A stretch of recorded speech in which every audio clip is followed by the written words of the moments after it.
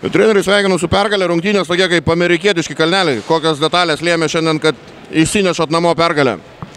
Jo, tokių daug svyravimų labai ir pirmoji pusėje tokia atrodė be gynybos žaidžiam. Tai vieni, tai kiti įmeta. Ta rotacija, dar mūsų tokių 5 žmonių neturim rotacijoje. Tai, tikrai sunku, bet trečio kėlinio pradžia, sakyčiau, tokia davė gerą impulsą, kai panaikinom ir tą deficitą. Ir į priekį išėjom ten vos ar 13 taškų, ar kiek. Aišku, nepavyko išlaikyti, bet tikrai džiaugiuosi visais šaunoliai. Rungtynių gale, likus 5 minutėm turėjot -5, atrodo tas jėgų balansas irgi nebuvo jūsų naudai, tai kaip pabaigoje pavyko ten nuteikti, ištraukti komandą iš duobės, kad viskas gerai pasisekė?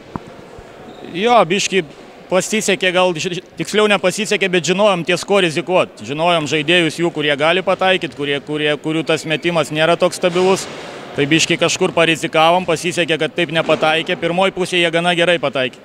Antroji jau tokių daugiau prametimų buvo ir gal pasisekė, kad būtent tuo momentu, kai turėjom tuos minus ten kelis, pasisekė, parizikavom ant teisingų žmonių, kaip sakant.